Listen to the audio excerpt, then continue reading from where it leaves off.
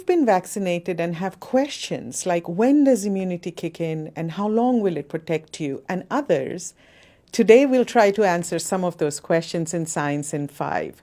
Welcome, I'm Vismita Gupta-Smith and this is WHO's Conversations in Science. And answering your questions today is Dr. Catherine O'Brien. Welcome, Kate. Thank you so much. Pleased to be with you. Kate, after one has been vaccinated, when does the immunity kick in and how long does it last? The vaccines that we have right now are all two-dose vaccines. After the first dose, we see a good immune response that kicks in within about 2 weeks of that first dose. And it's really the second dose that then boosts that immune response. And we see immunity get even stronger after that second dose, again, within a shorter period of time after the second dose. We don't know yet how long immunity lasts from the vaccines that we have at hand right now.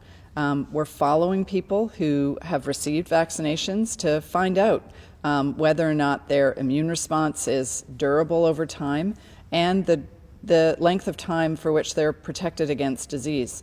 So we're really going to have to wait for time to pass to see just how long these vaccines last. Kate, after one has been vaccinated, can one still catch COVID-19 and can one also infect others?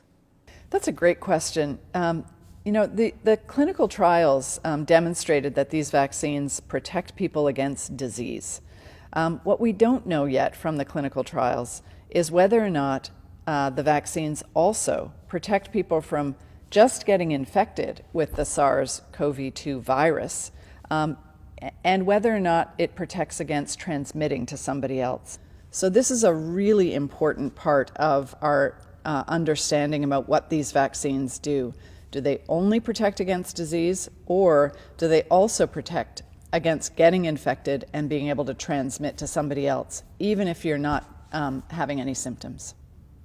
Kate, explain to us, why does one need to continue with the precautions even after vaccination, and how long are we expected to take these precautions?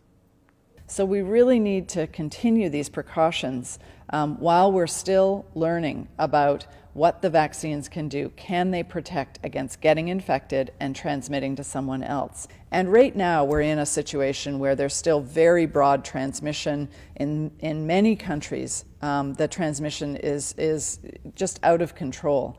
And so for how long we need to continue these precautions is really going to depend on what communities and countries can do to really crush this virus, to crush the transmission. And in that way, the vaccines can do their best job at preventing disease. But remember that we don't actually have the evidence yet for using the vaccine in some age groups. We don't have the evidence for use of vaccines in children, for instance. So for the time being, those age groups are going to continue to be at risk of both disease and infection and being able to transmit to other people. The second reason is that the vaccines are in short supply. So we don't have enough vaccine yet out in the community to protect everybody. Those are the reasons why we have to continue the precautions, especially the masking, the physical distancing, the hand washing, and not gathering in big groups. For how long we need to continue those interventions, time is going to tell. Once we get broad vaccination coverage in the community, when we know more about what the vaccine can actually do to prevent infection, we can slowly start taking our foot off the pedal of these other interventions and make sure that the transmission, again, doesn't start to escalate again. Thank you, Kate. That was Dr. Catherine O'Brien.